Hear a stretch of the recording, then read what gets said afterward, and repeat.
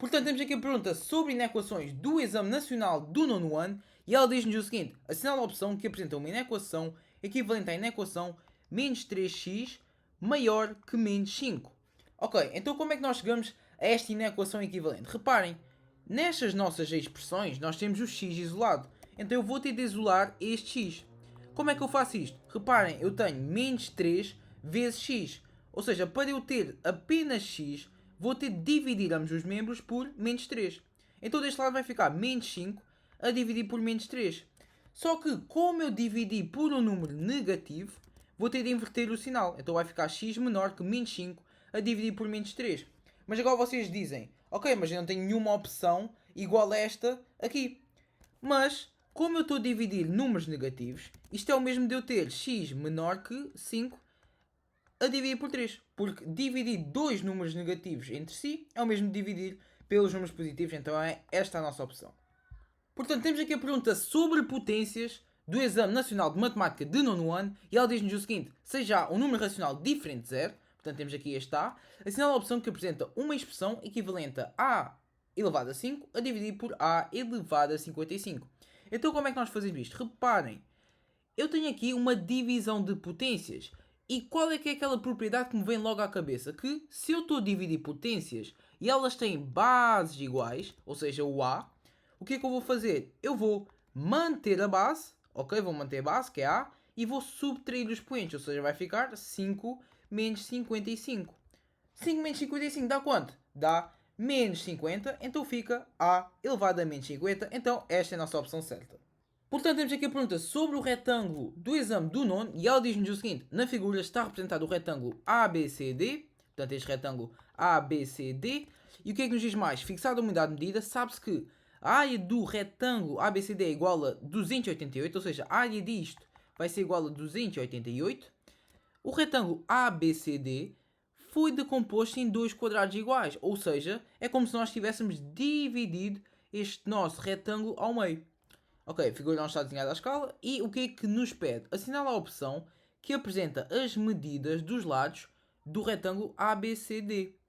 Ou seja, vamos ter de dizer quanto é que mede este lado maior e este lado menor. Ou seja, no fim o que nós queremos é o comprimento AB e o comprimento de AD. Isto é o que nós queremos no fim. Então como é que nós podemos fazer isso? Reparem, este retângulo todo tem área de 288, certo?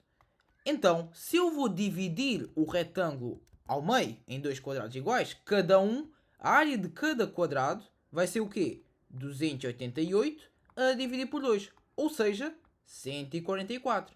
Então, este quadrado tem 144 de área e este também vai ter 144 de área.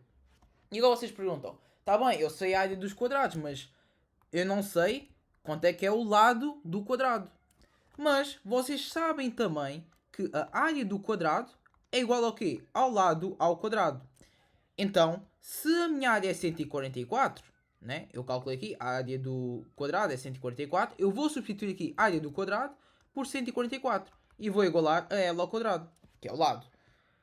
Então, o que é que eu faço agora? Eu tenho L ao quadrado, mas eu só quero ter L, quero descobrir o lado. Então vou fazer o quê? Vou fazer mais ou menos raiz de 144.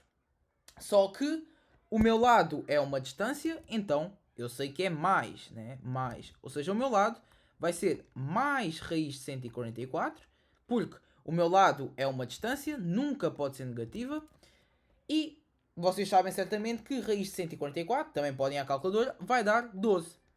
Está bem, Aline, o que é que andaste para aí fazer? Então, eu calculei o lado de cada um dos quadrados, que é 12. Né? Eu sei que isto é 12, eu sei que isto vai ser 12, eu sei que isto vai ser 12, eu sei que isto vai ser 12, pronto. E assim sucessivamente. Então a pergunta que ficou é, quanto é que é o meu AB? O meu AB vai ser 12 mais 12. Ok? 12 mais 12. 12 mais 12 é quanto? É 24. Certo? Pronto. E quanto é que é o nosso lado AD? O nosso lado AD, já vimos aqui que é 12. Então vai ser 24 e 12 respectivamente. Então é esta a nossa opção. Portanto, temos aqui a pergunta sobre intervalos do exame do nono e ela diz-nos o seguinte. Assinala a opção que poderá apresentar o conjunto A, tal que menos infinito a 3 aberto aberto, reunido com A seja igual ao conjunto dos números reais, R. Ok, então como é que nós fazemos isto? Temos aqui uma pergunta sobre intervalos, então o que eu vou fazer é desenhar os intervalos na nossa reta numérica, ok? Então vou fazer aqui a minha reta numérica e agora vou representar este intervalo. Vai de menos infinito até 3, ok? Então vamos ter aqui o nosso 3, vai estar aberto, reparem, está aberto, e vamos até menos infinito. Ok, então este vai ser o nosso intervalo. Só que agora nós reunimos este intervalo com o conjunto A e deu-nos R. O que é R? R é todos os números reais, ou seja, vai ser de menos infinito até mais infinito. Vamos ter tudo representado, ok? Então vamos lá ver as nossas opções. De 3 a mais infinito. Então reparem, vamos desenhar isso. Vai ser de 3 a mais infinito. Ok, mas reparem que o 3 está aberto, né? Está aberto. Ou seja, eu não vou ter todos os números representados. Porquê? Vai-me faltar aqui o 3. Não vai ser R, vai ser R, exceto aqui o nosso 3. Então, não pode ser a primeira opção. Depois, deixa-me apagar aqui este intervalo. Depois temos de 3 a 4, ou seja, de 3 aberto até 4. Pronto, também não pode ser este. Falta estes números todos. Então não pode ser deste. Depois, de menos 2, não pode ser este, de menos 2 a 3. Ou seja, será de menos 2, né? Fechado até 3 fechado. Pronto, também faltam estes números todos. Então não pode ser. Então só ficamos com uma opção, que é esta aqui, e que é certa. Porquê? Porque se nós formos de menos 2 fechado até mais infinito, então reparem, nós temos aqui todos os números reais. Temos aqui R. Pronto, então esta é a nossa opção certa. Portanto, temos aqui a pergunta sobre as sucessões do exame do nono e ela diz-nos o seguinte. Dada uma sucessão de números, sabe-se que o primeiro termo é 123, então o nosso primeiro termo vai ser 123. Ok. E o que é que nos diz mais? Cada um dos restantes termos da sucessão obtém-se subtraindo 5 ao dobro do termo anterior. Ok? Então, por exemplo, se eu quisesse descobrir o segundo termo, eu tinha de fazer o quê? Tinha de fazer o dobro deste, né? Tinha de multiplicar por 2 e depois subtrair 5. É isto, né? Vamos subtrair 5 ao dobro do termo anterior, né? No caso seria o primeiro. Pronto, então é isto que vamos ter de fazer. Mas vamos ver o que é que nos pede. Assinala a opção que apresenta o terceiro termo desta sucessão. Ok, então como é que eu vou descobrir então o terceiro termo? Exatamente fazendo esta lógica. Eu sei o primeiro, ok? Então o que eu vou fazer é calcular o segundo, ok? Calcular o segundo termo, a partir do primeiro, e depois, a partir do segundo, eu calculo o terceiro. Então o segundo termo vai ser qual? Eu vou fazer o que eu disse anteriormente. Então vamos fazer 123, né? Vezes 2. Isto aqui é o dobro. E depois eu vou subtrair 5 ao dobro. Ok? Se puserem isto numa calculadora, vai-vos dar 241. Ok. Mas eu quero saber o segundo? Não, eu quero saber o terceiro. Então eu vou fazer novamente este padrão. Então eu vou fazer 241 vezes 2 menos 5. Ok, se pusermos isto numa calculadora novamente, vai dar 477, que é a nossa resposta final. Portanto, temos aqui a pergunta do exame de matemática de nono ano, em que tínhamos de ordenar as etapas para, para resolver esta equação, e ela diz-nos o seguinte: completa as três primeiras etapas de resolução da equação x menos 2 ao quadrado igual a 8 menos 4x, selecionando para cada espaço a opção correta. Portanto, nós partimos desta expressão e vamos ter de colocar em cada um destes espaços estas opções. Então, o que é que nós podemos fazer? Reparem, a primeira coisa que eu posso fazer é reparar que eu tenho isto ao quadrado. Então, o que é que eu vou poder fazer? Se eu tenho isto ao quadrado, eu lembro-me logo do quê? Do caso notável a menos b ao quadrado, que é exatamente algo do género que temos aqui. Temos o quê? X, né? Portanto, x é o meu a, menos 2, que é o meu b, ao quadrado. Então isto vai ficar como? Segundo o caso notável, vai ficar a ao quadrado menos 2ab mais b ao quadrado. Passando para o nosso exercício, vai ficar como? O nosso a é este x. Então eu vou fazer x ao quadrado menos duas vezes o primeiro, né? O primeiro, que é x, vezes o segundo, que é 2, né? Que é 2. Então isto vai ficar aqui, 2 vezes x vezes 2, vai dar simplesmente 4x. Depois faço mais 2 ao quadrado, que é 4. Isto vai ser igual a 8 menos 4x. Pronto. Então reparem que eu já tenho uma opção aqui. É qual? É esta aqui. Então esta é a minha opção, vou chamá-la de 1 e vou passá-la então para aqui. Depois o que é que eu posso fazer? Reparem que eu tenho menos 4x dos dois lados. Tenho aqui o sinal de igual e tenho menos 4x nos dois membros. Então eu posso simplesmente cortá-los e vai ficar x ao quadrado mais 4 igual a 8. Pronto, isto é outra opção, é esta opção aqui, então esta é a nossa segunda.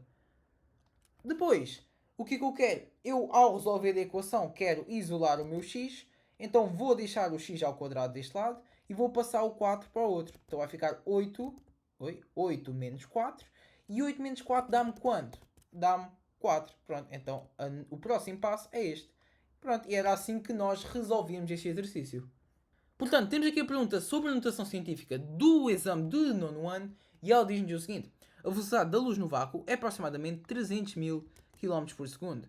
Assinala a opção que apresenta o tempo em segundos, escrita em notação científica, que a luz no vácuo demora a percorrer 450 metros. Então, o que nós temos de saber é o tempo, né? É o tempo que a luz demora a percorrer 450 metros. E que informação é que nós temos? Que a velocidade da luz no vácuo é aproximadamente 300 mil km por segundo. O que é que isto significa? Significa que a luz demora que 1 segundo, né? Aqui está por segundo, então o tempo aqui é 1 segundo, demora 1 segundo a percorrer 300 mil km. Ok? Então isto no fundo é uma regra 3 simples. Se a luz demora 1 segundo a percorrer 300 mil km, quanto tempo é que demora? X, né? Quanto tempo é que demora? Nós temos que saber o tempo. Que demora a percorrer quê? 450 metros. Só qual é que é o problema que eu fiz aqui? É que, reparem, aqui, o que eu tenho aqui em cima está em quilómetros, né? O que está aqui em baixo está em metros. Tem de estar os dois nas mesmas unidades. Então o que é que eu posso fazer? Reparem que eu sei que 1 km, né, são quantos metros? São 1000 metros. Né? São 1000 metros. Então o que eu posso fazer é multiplicar isto por 1000. Ou seja, vou adicionar aqui 3 zeros. 1, 2, 3. Ok. Então em 1 segundo percorre 300 milhões de metros. Então, em quanto tempo é que percorre? 450 metros. E agora é só resolver isto. Então fica x vai ser igual a quê? A 450. Aqui multiplico cruzado, né? E depois divido por isto. Então 450 vezes 1 a dividir por 300 milhões. Se pusermos isto na calculadora, vai-nos dar 0,0000015. Ok? Então esta seria a nossa resposta final. Só qual é que é o problema? Tem de estar em notação científica. Como é que eu faço isso? Já sei que em notação científica eu vou ter de ter um número que está entre 1 e 10, né? E vou multiplicar esse número por uma potência de base 10. Ok? Então, qual é que vai ser este número que eu vou ter aqui? Reparem que eu tenho aqui só zeros, né? E depois tenho aqui 1 e 5. Pronto, então vai ficar 1,5, né? Porque está entre 1 e 10, vai ter de ser 1,5. E vou multiplicar por 10 elevado a quê? Tenho de ver quantas casas é que eu andei para a frente. Reparem, eu andei 1, 2, 3, 4, 5, 6. Andei 6. Só que este número, se vocês repararem, é muito pequenino. É muito pequenino. E uma forma de pensar é que se eu pusesse aqui 10 elevado a 6, isto ia me dar um número muito grande. Ia ser 1,5 vezes 10, vezes 10, vezes 10, vezes 10. Não pode ser. Este número é muito pequeno. Então vou pôr aqui um menos. Porque eu, no fundo, tenho aqui um número muito pequeno. E quando eu passei este número para 1,5 vezes qualquer coisa, andei muitas casas para a frente. Então aqui eu vou ter de andar para trás. Pronto, então vai ser 1,5 vezes 10 elevado a menos 6, que é a nossa resposta certa. Portanto, temos aqui a pergunta sobre funções do exame do nono e ela diz-nos o seguinte: na figura estão representadas em referencial cartesiano de origem no ponto O, portanto temos aqui o ponto O, uma parte do gráfico de uma função de proporcionalidade inversa G, né, esta função G, que é de proporcionalidade inversa, e uma parte do gráfico da função afim f. Portanto, esta função aqui. E o que é que nós sabemos? Sabemos que a função f é definida por fx igual a menos x mais 10. Então, esta nossa função f, afim, vai ser definida por menos x mais 10. Ok? O ponto A pertence ao gráfico da função f e ao gráfico da função g e tem abscissa igual a 2. Ok, então este ponto A, se repararem, é a interseção das duas funções, né? E vai ter o x igual a 2. A abscissa x igual a 2. Então vai ser 2 qualquer coisa. O ponto P pertence ao gráfico da função g e tem abscissa igual a 14. Então o seu x vai ser 14, o y não sabemos. E agora a pergunta, qual é a ordenada, ou seja, o y, do ponto P? Então eu quero descobrir isto. Escreve a tua resposta na forma de fração irredutível, mostra como chegaste à tua resposta. Ok, então como é que nós vamos chegar, então, à ordenada do ponto P? Primeiramente, reparem, se eu quero descobrir a ordenada do ponto P, o que é que eu vou precisar? Eu vou precisar da expressão da função g. Como assim, Aline? Porquê? Porque eu já sei o x, né? Eu já sei o x do P. E se eu souber a expressão da função g, eu substituo aqui o x na expressão e vai-me dar o valor de y. Pronto, e depois descubro logo a resposta que eu quero, né? A ordenada do ponto P. Mas reparem, a minha função g é uma função de proporcionalidade inversa. Então eu já sei como é que vai ser a sua expressão. Ou melhor, o tipo que ela vai ser. Vai ser como? Vai ser gx vai ser igual a k sobre x. Aline, como é que tu sabes isso? Porque esta é a expressão geral de uma função de proporcionalidade inversa. Então, para eu chegar a esta expressão, eu vou ter de encontrar o quê? O meu k. Né? E este k é o quê? É uma constante. É uma constante que não sabemos qual é que é ainda. Mas reparem, este k vai ser igual ao quê? Vai ser igual a g vezes x. A g de x vezes x. Peço desculpa. Então, o que é que eu vou precisar, efetivamente, para descobrir o k? Vou precisar do y e do x de um ponto pertencente à função g. Né? Que ponto é esse? Bom, neste exercício só temos dois pontos possíveis. O P, mas o P eu não tenho o y, então não serve. E temos aqui o ponto A. Então, se eu descobrir o ponto o y do ponto A, né, eu já vou saber este k, e com este k eu já vou descobrir o y do P. Então, bora lá ver se conseguimos descobrir o y do A. Como é que eu posso fazer isto? Não se esqueçam que o A não pertence só à função g, pertence também à função f, né? E eu já sei o x do A. Então eu posso ir aqui à minha função f e substituir o x do A, que é 2, aqui pelo x. Então vai ficar f de 2 igual a, se eu substituir aqui o x, vou substituir aqui também, então fica f2 igual a menos 2 mais 10. Menos 2 mais 10 dá quanto? Dá-me 8. Então eu sei que o meu y do A é 8. Ok. Aline, agora o que é que eu faço? Não se esqueçam do que é que nós queríamos. Nós queríamos descobrir este k.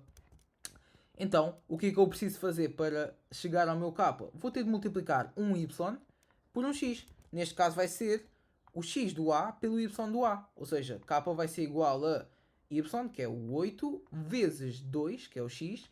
Então o meu k vai ser igual a 16. Pronto, descobri o meu k. Está bem, Aline, fizemos isto tudo para quê? Fizemos isto tudo para descobrir o y do P. Porque agora, como o k é 16, eu já posso ir aqui à minha expressão e substituir o meu k por 16. Então vai ficar g de x igual a 16 sobre x. E eu quero descobrir o quê? O y do P. Então, como eu sei que o x do P é 14, então g de 14 vai ser igual a 16 sobre o x, que é quanto? 14, já substituí. Então vai ficar g de 14 igual a 16 sobre 14. E esta é a nossa resposta, mas pede-nos para escrever na forma de fração irredutível. Então falta o quê? Eu tenho de simplificar esta fração. Posso dividir aqui por 2. Posso dividir aqui por 2. Posso dividir aqui por 2. E vai ficar 8 a dividir por 7. Dá para dividir mais? Não dá. Então esta é a nossa resposta final. Portanto, temos aqui a pergunta sobre a área do retângulo ABC. E ela diz-nos o seguinte. Na figura está representado o triângulo ABC. Portanto, este triângulo ABC. Retângulo em B. Portanto, aqui neste vértice B um ângulo reto, 90 graus. E o que é que nos diz mais? Fixada uma unidade de medida, para um certo número real, x com x maior que 1, sabe-se que AB é igual a 2x menos 2, portanto, AB 2x menos 2, BC 2x mais 2. Ok, muito bem. E o que é que nos pede? Assinala a opção que apresenta uma expressão algébrica da área do retângulo ABC. Ok, então como é que eu faço isto? Como é que era a área do triângulo? Eu sei que a área do triângulo é igual à base vezes a altura a dividir por 2. Esta é a expressão da área do triângulo. Então, se eu aplicar ao meu caso, a área do triângulo ABC, qual é que vai ser a minha base? A minha base vai ser aqui, o AB. Né? Esta vai ser a minha base. Então, AB vai ser a minha base. A minha altura vai ser o quê? BC. Então, vezes BC a dividir por 2. Está bem, Aline, mas põe aí os números. Ok, vou pôr. Então, as nossas expressões são quais? AB. AB é o quê? É 2x menos 2. Reparem, AB 2x menos 2. Vezes BC, que é 2x mais 2. Mas reparem que aqui eu cometi um erro. Porquê? Porque eu tenho todo o meu AB a multiplicar por BC. Ou seja, todo o meu AB. O meu AB é isto tudo. Tenho que pôr parênteses. E aqui, igual. Tenho que pôr parênteses nos dois. A dividir por 2. Ok? Agora, o que é que eu faço? Pronto, reparem que eu não tenho nada disto nas minhas opções. Então o que é que eu vou ter de fazer? Vou ter de desenvolver isto. Como é que eu desenvolvo? Tenho aqui uma multiplicação com parênteses. Então, distributiva. Multiplico este por este e este por este. E somo com este por este e este por este. Então vai ficar como? Vai ficar 2x vezes 2x. Portanto, 2x vezes 2x. Que dá quanto? Vai dar 4x ao quadrado. 2x vezes 2 vai dar 4x. Menos 2 vezes 2x vai dar menos 4x. E depois menos 2 vezes 2, ou seja, menos 4. Dividir isto tudo por 2 vai dar quanto? Reparem que o que eu posso fazer já aqui é cortar este 4x com menos 4x e vai ficar 4x ao quadrado menos 4 a dividir por 2. E agora o que eu posso fazer é o quê? Tenho aqui uma subtração, né? Tenho aqui uma subtração, tudo isto a dividir por 2. Então isto é como se eu tivesse 4x ao quadrado a dividir por 2, que é 2x ao quadrado. O que eu faço aqui é dividir o 4 pelo 2, que dá 2. E depois faço menos 4 a dividir por 2, que me dá quanto? Que me dá 2. Então a nossa resposta final é 2x ao quadrado menos 2. Então esta é a nossa resposta certa. Portanto, temos aqui a pergunta sobre os gráficos do exame do nono e ela diz-nos o seguinte. Na tabela apresentam-se os dados referentes à produção de energia elétrica, portanto, produção de energia elétrica, a partir de fontes renováveis. Temos estas fontes renováveis aqui, portanto, hídrica, eólica, solar, ondas, biomassa, em gigawatt-hora, nos meses de janeiro e de setembro de 2025, em Portugal.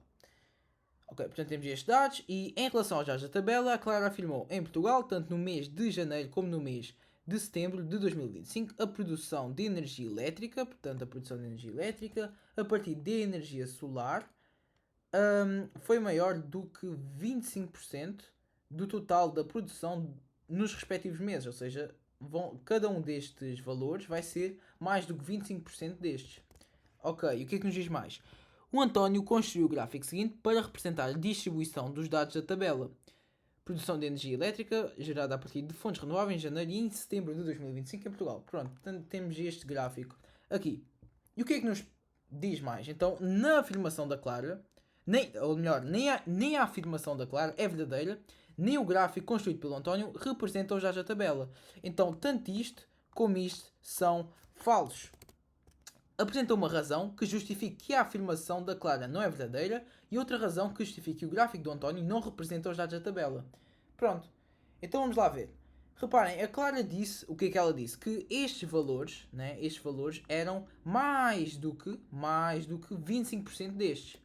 Então como é que nós provamos que é falsa? Vamos provar que estes valores não são ambos, né? Dizia ambos, aqui, tanto no mês de janeiro como no mês de setembro, tanto um como o outro era mais do que 25% destes. Então como é que nós provamos isto? Primeiro vamos calcular então a percentagem disto em relação a isto. Como é que eu calculo essa percentagem? Vou ter de fazer 279 a dividir pelos 3872 e depois faço vezes 100, porque é em percentagem. É assim que eu calculo a percentagem. Se eu puser isto na calculadora, vai dar aproximadamente 7,2%. Ok, então se deu 7,2%, isto é menos do que 25%. Pronto, então esta afirmação é falsa, pois, pois, aqui vou escrever de uma forma muito curta, claro que no exame tem de ser resposta completa, mas eu vou dizer falsa, pois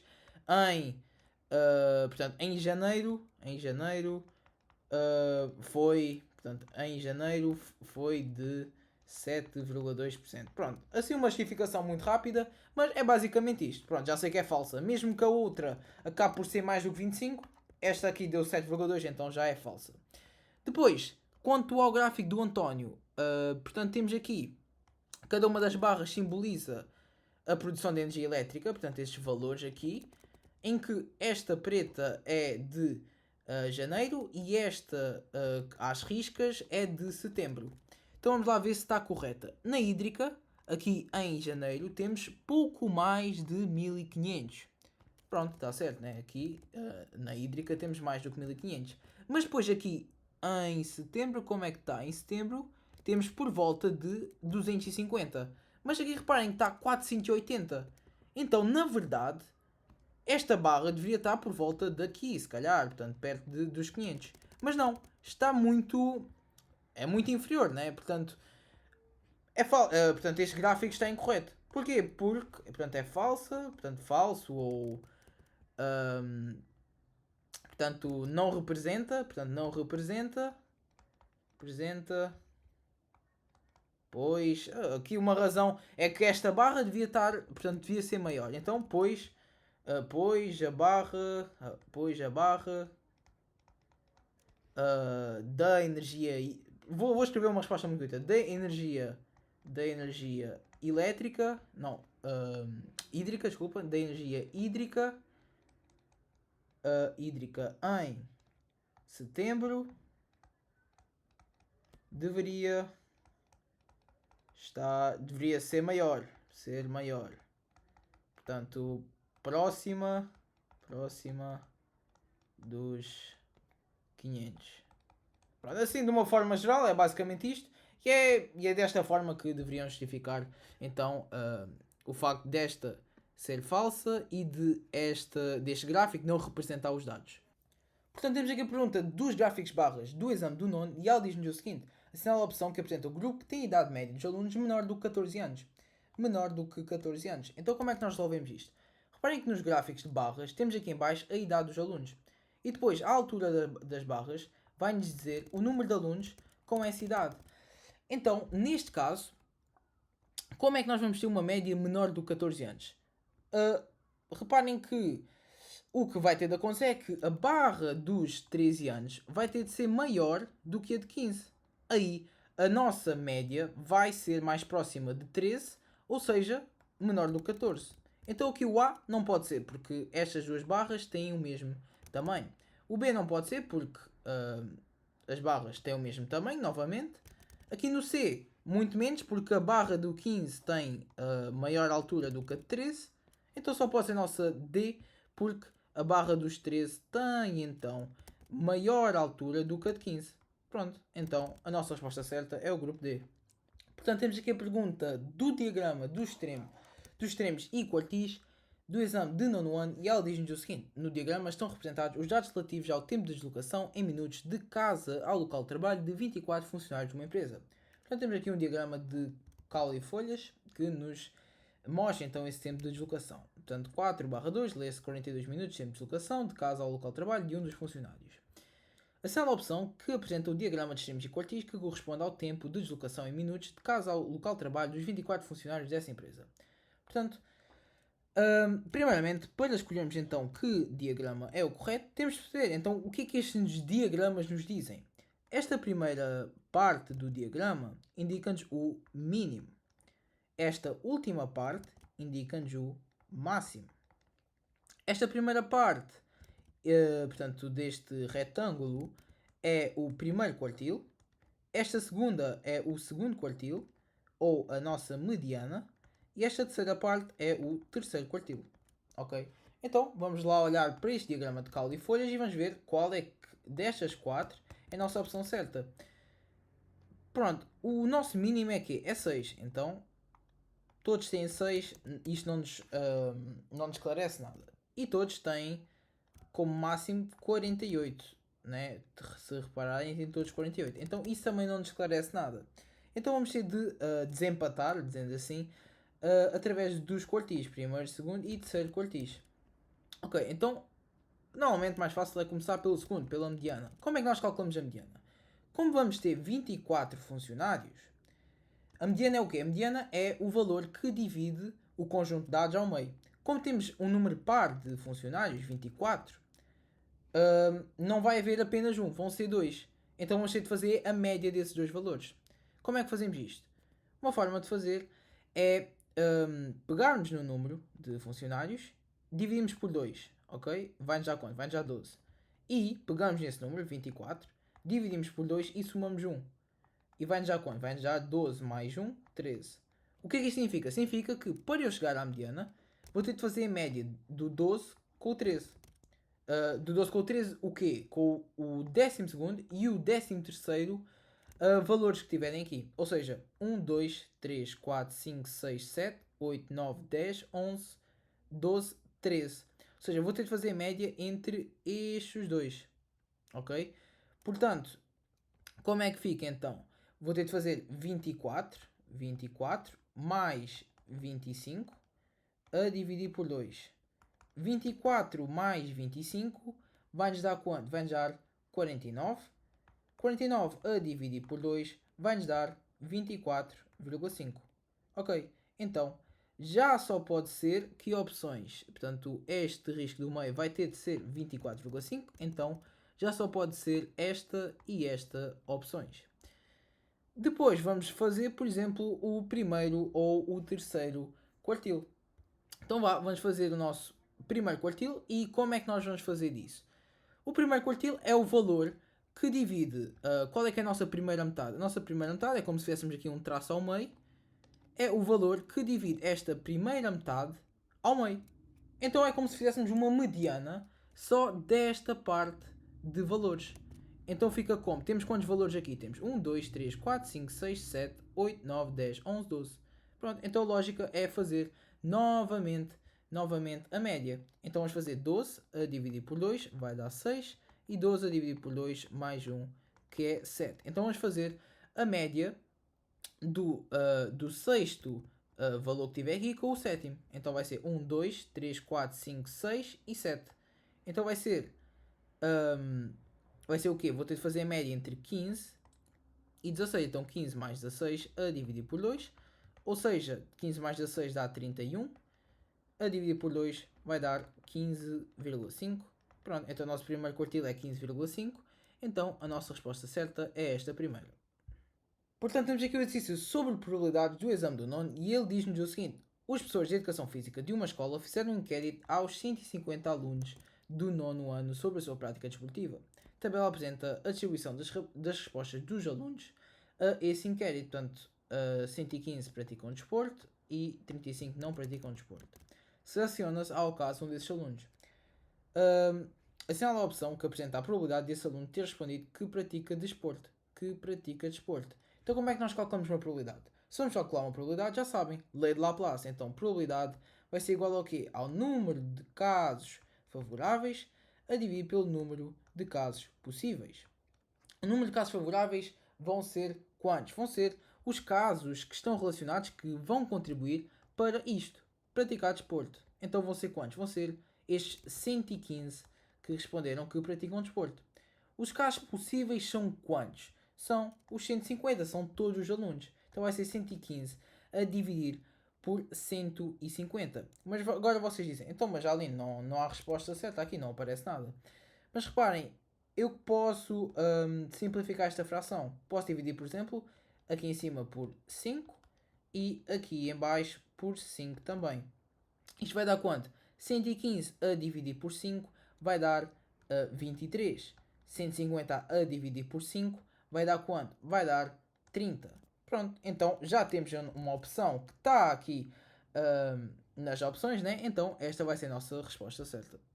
Portanto, temos aqui uma pergunta sobre percentagens e ela diz-nos o seguinte: no inquérito realizado aos habitantes de uma certa localidade sobre 2 estações de rádio, conclui-se que 35% dos habitantes ouvem a estação de rádio A, 29% dos habitantes ouvem a estação de rádio B, 8% dos habitantes ouvem ambas as estações de rádio.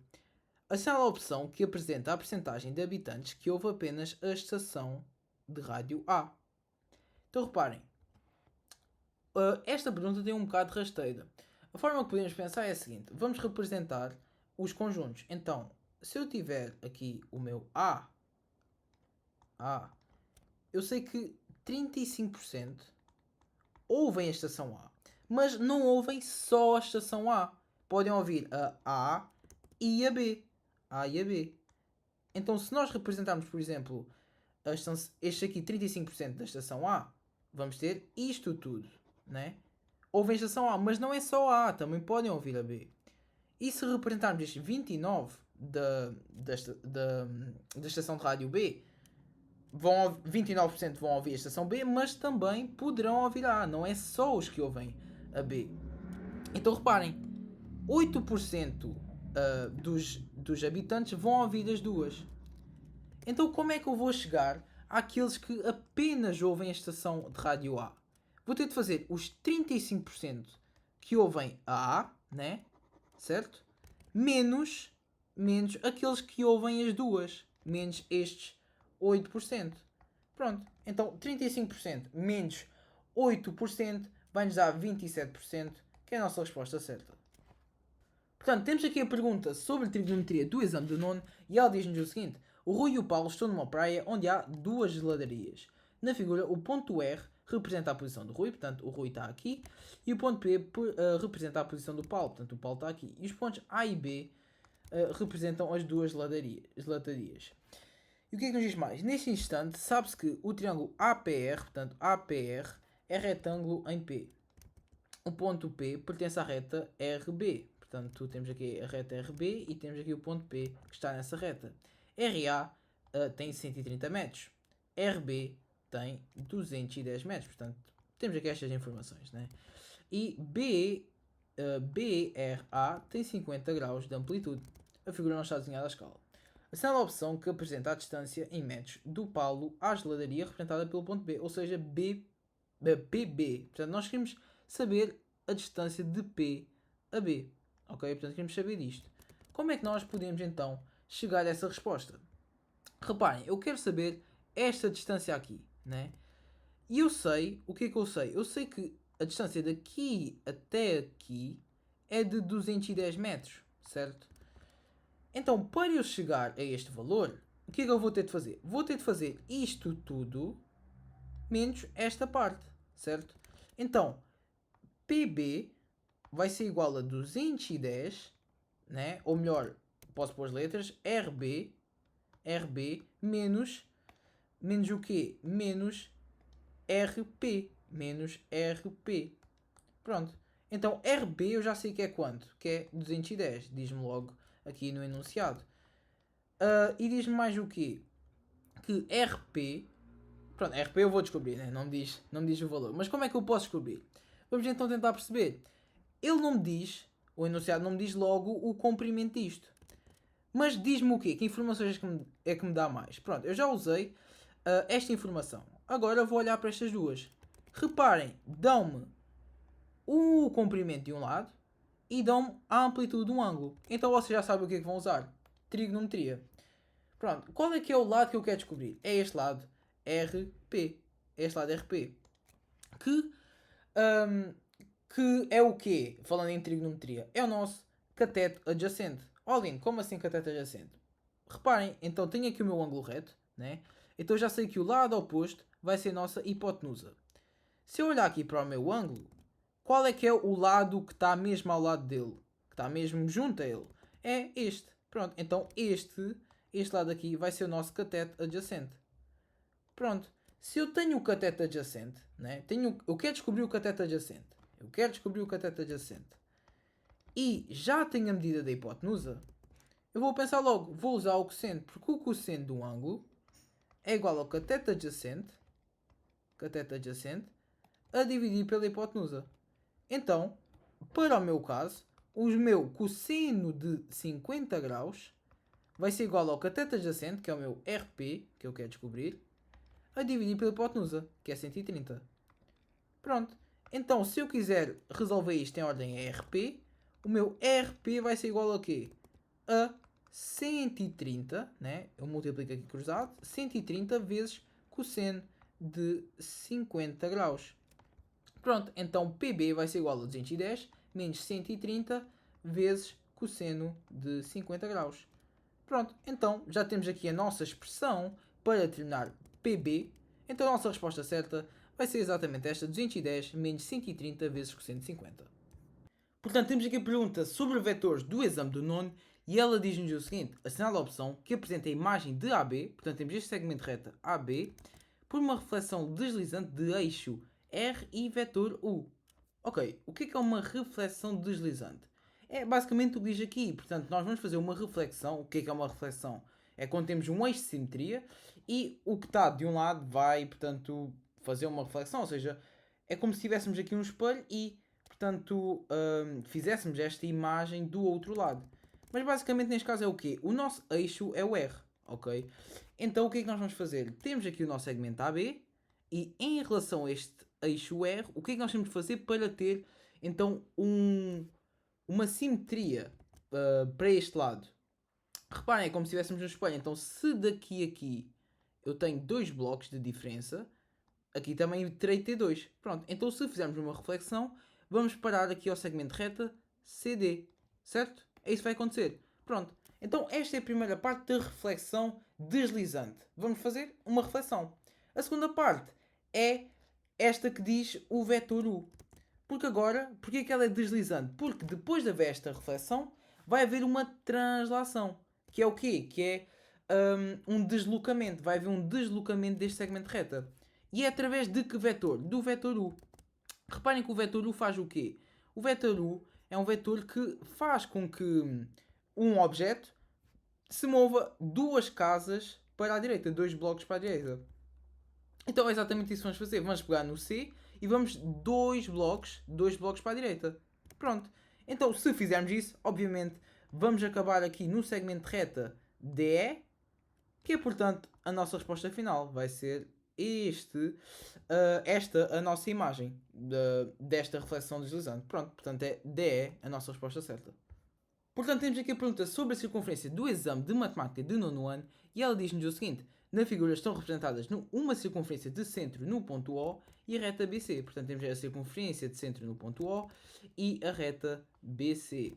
Os pontos A, B e D pertencem à circunferência, ok, muito bem. Sabe-se que AB é um diâmetro da circunferência, o ponto D pertence à reta AC, ACB, portanto, ACB mede 52 graus.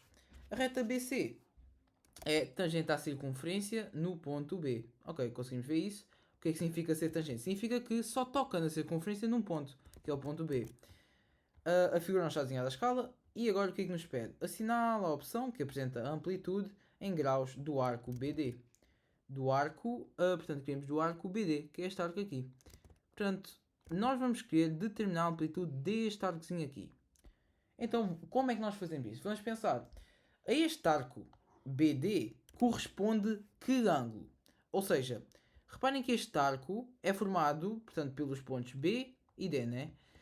E agora vamos pensar, estes pontos B e D, reparem que estão sobre estes segmentos reta aqui, né? Que formam, por sua vez, um ângulo. Este ângulozinho aqui, né? Olhem, está bem, estás aí a falar muito, mas isso interessa-nos para quê? Porquê? Porque reparem que este ângulozinho aqui é um ângulo inscrito. O seu vértice está sobre a circunferência. E o que é que isso me diz? Diz-me logo que este ângulo aqui, né, vou chamá-lo de x, este ângulo x, vai ser igual a quê? Ao arco BD, a amplitude do arco BD, a dividir por 2. Então, se eu descobrir a amplitude disto, eu já posso descobrir a amplitude do arco, que é o que eu quero saber no fim. Está bem, Aline, e como é que eu faço isso? Vamos ver. Reparem que este ângulo não só é um ângulo inscrito, mas também pertence a este triângulo. Isso vai ser útil porquê? Porque eu sei que eu tenho aqui este ângulo de 52 graus e sei que este triângulo possui um ângulo reto aqui. Oh, Aline, como é que tu sabes isso? Ninguém te disse nada disso. Por como é que eu sei isto? Porque AB é um diâmetro, certo? E esta reta CB vai ser tangente à circunferência no ponto B. Então, o diâmetro e a reta tangente vão se intersetar no ponto B. Então, elas terão de ser perpendiculares entre si. Ou seja, vão fazer entre si este ângulo de 90 graus. Está bem, Aline? Já sei que isso é 90 graus e isso vai-me servir para quê? Serve-me porque se eu somar os ângulos internos, ou seja, o x com este 52 com este 90, vai-me dar 180 graus. Ou seja, x mais 52 mais 90 será igual a 180. Então, reparem que eu tenho aqui uma equação de primeiro grau em que posso facilmente descobrir este x. Porque x vai ser igual a 180 e agora passo estes dois para o outro lado. Como estão mais, vão passar a menos. Menos 52, menos 90. E vai ficar quanto? 180 menos 52 vai-nos dar 128 menos 90. 128 menos 90 vai-nos dar 38. Pronto. Então, este ângulozinho aqui, o nosso x vai ser 38. Pronto, e aqui tenho que pôr graus, né? Porque são ângulos. Portanto, 38 graus. E se este é 38 graus, tal como vos disse, se o x é 38 graus, então eu já sei que o BD vai ser o quanto. Basta então mudar esta expressão e vai ficar BD igual a 38 graus vezes 2, ou seja, o nosso BD vai ter uma amplitude de quanto? Quanto é que é 38 vezes 2? Vai ser de 76 graus, que é a nossa resposta certa. Portanto, temos aqui a pergunta sobre os volumes dos cones do exame do nono e ela diz-nos o seguinte. Na figura apresenta-se um modelo geométrico cuja parte colorida é um tronco do cone reto de vértice V em que AB é um diâmetro da base. Portanto, este AB é, portanto, um diâmetro da base e temos então um tronco de um cone reto. Portanto, está a falar desta parte mais azulada. Relativamente ao modelo apresentado na figura e fixado a uma unidade de medida, sabe-se que para um certo número real R, com 0 menor que R menor que 3, o tronco de cone tem bases de diâmetro AB, portanto já vimos, que é, portanto, 12, né? E a outra base, né, a que está aqui em cima, tem o diâmetro CD e tem este comprimento, que é 4R. Ok.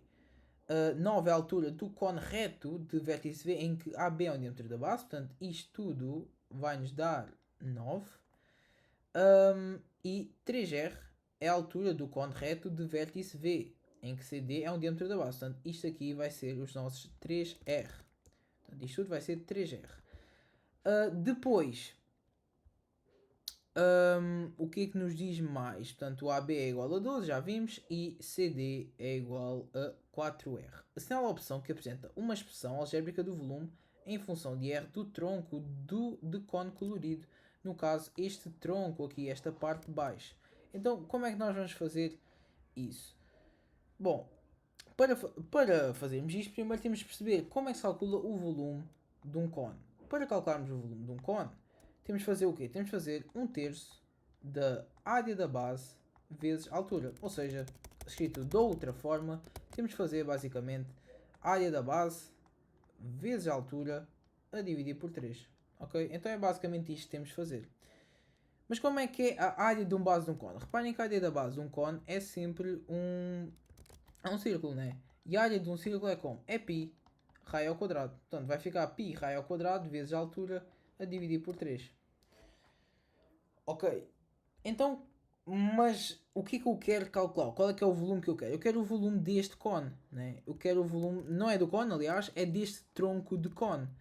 E como é que é o volume do tronco? O volume do tronco, podemos vê-lo como se fosse o volume de todo este cone grande, volume de cone grande, menos o volume deste cone pequeno.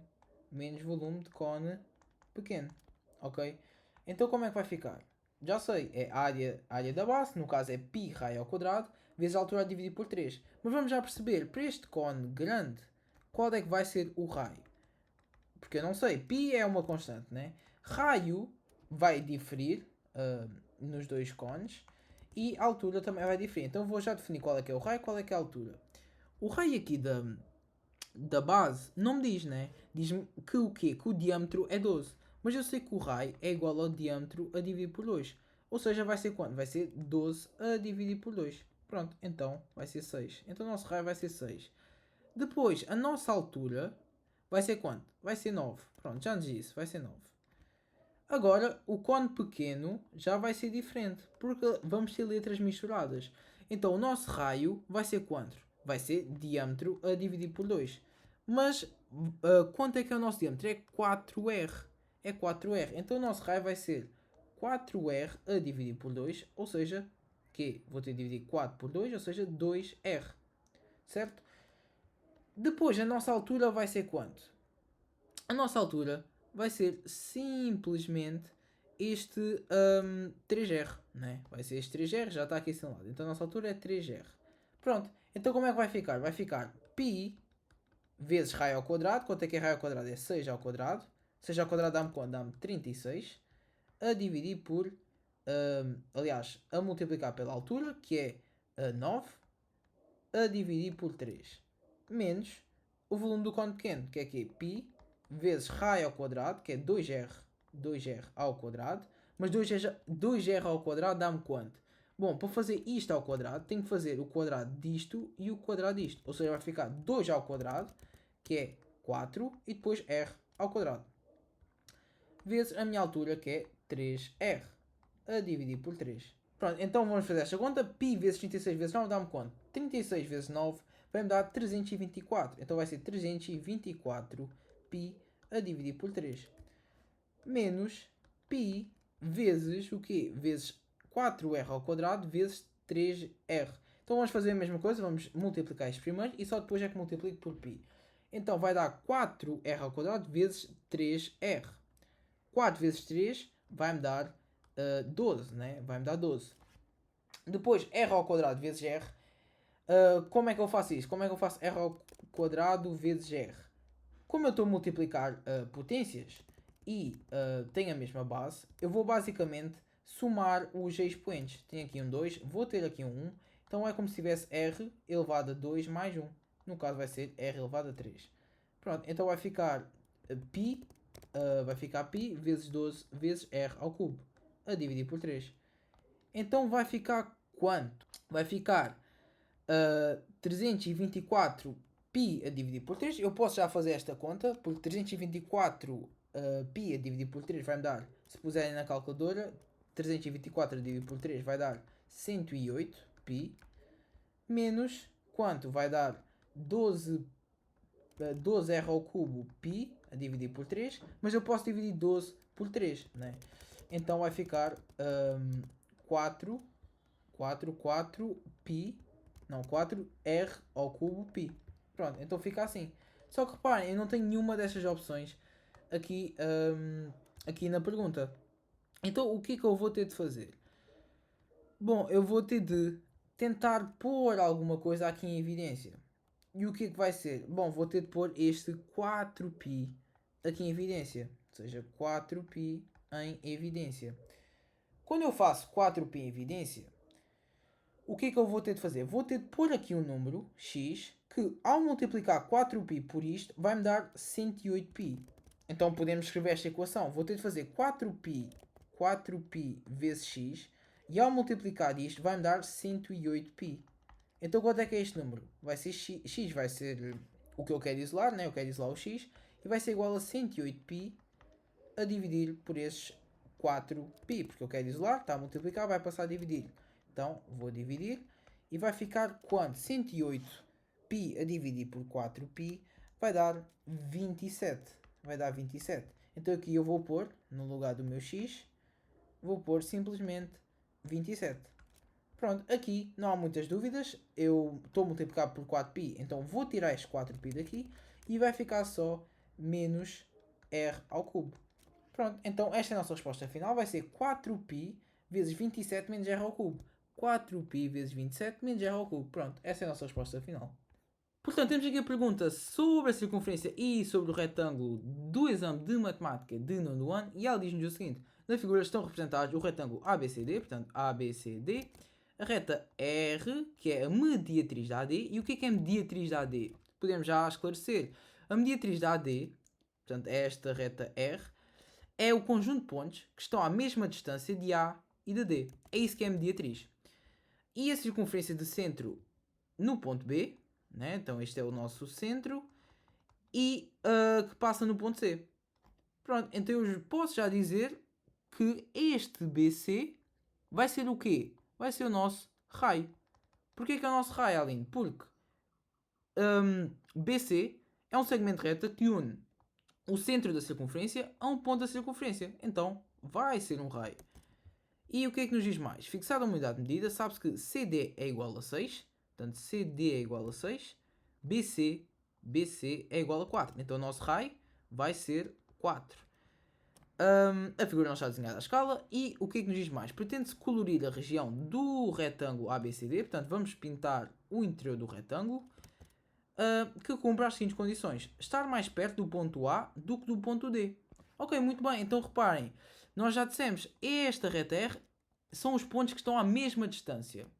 Para estarem mais perto de A, vão ter de estar nesta parte, né? Pronto, então vão ser, até agora é esta a parte que tínhamos de pintar.